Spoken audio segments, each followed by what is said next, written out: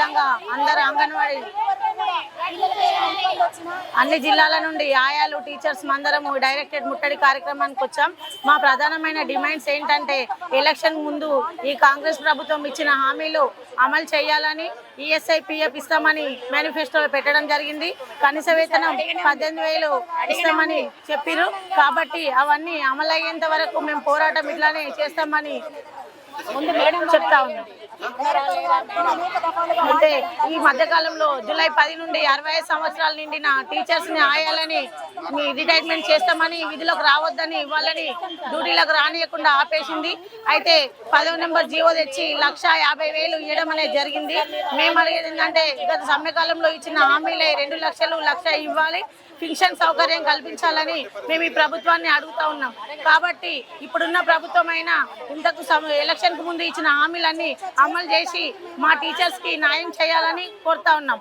ఏంటంటే చాతగాని 50 సంవత్సరాల నుండి కూడా ఉద్యోగం చేసి ఇప్పుడు ఏం లేకుండా వెళ్ళిపోవాలంటే ఒక తల్లి స్థానంలో ఉన్న అంగన్వాడీ టీచర్సు, ఎట్లా ఒంటరి మహిళలుగా ఉన్న టీచర్సు, ఆయాలు టీచర్సు, ఎక్కువ మంది ఒంటరి మహిళలు, విడోస్ ఉన్న వాళ్ళు ఉన్నారు. వాళ్ళు ఇప్పుడు వెళ్ళి ఎట్లా బ్రతుకుతారు? ఈ 1,00,000 రూపాయలు ఒక్కరోజు ఖర్చు చేసేవద్దు. కొడుకులు కానీ కోడళ్ళు కానీ వాళ్ళకు తిండి పెట్టాలంటే వాళ్ళు ఏం తెచ్చినా ఇన్ని రోజులు ఎవరికి సేవ చేసినామని అడిగే పరిస్థితి ఉంది. కాబట్టి మా టీచర్స్కు మేము పెట్టిన డిమాండ్ 5 లక్షలు 3 లక్షలు ఇవ్వాలని, కనీసం 2 లక్షలు 1,00,000 అయినా ఇవ్వాలి. దీనికి జీవో ఇవ్వాలని అడుగుతా ఉన్నాం. కొద్ది రోజులుగా ఈ సీతక్క మంత్రి గారు 2 లక్షల పైన సంతకం చేశా అని చెప్తా ఉన్నారు. కానీ ఈ 1,50,000 ఇస్తామని చెప్పి ఈ 1,00,000 దానికి జీవో కావాలని మీరు ఈరోజు రావడం జరిగింది.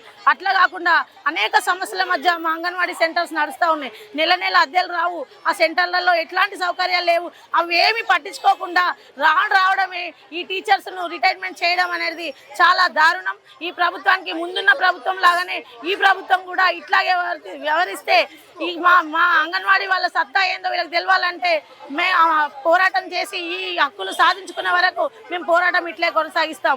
ఇప్పుడు ఈ ప్రభుత్వం కూడా కొత్త ఏం కాదు, ఇంతకుముందు కూడా 10 సంవత్సరాలు చేసిన ప్రభుత్వమే. అందుకే ఇప్పుడు ఎలక్షన్కు ముందు ఇచ్చిన హామీలన్నీ ఈ రేవంత్ రెడ్డి గారు వచ్చే ముందు ఏమేమి చెప్పిర్రు మా కోసం మాట్లాడి మా శాఖలో ఏ సమస్యలు ఉన్నాయి తెలుసుకొని మాలో ఉన్న మా సమస్యలు పరిష్కరించి ఇబ్బందులు ఏమున్నాయని తెలుసుకొని అవి పరిష్కారం అయ్యేంత వరకు మేము పోరాటం ఇట్లే కొనసాగిస్తామని ఈ ప్రభుత్వానికి హెచ్చరిక చేస్తా ఉన్నాం.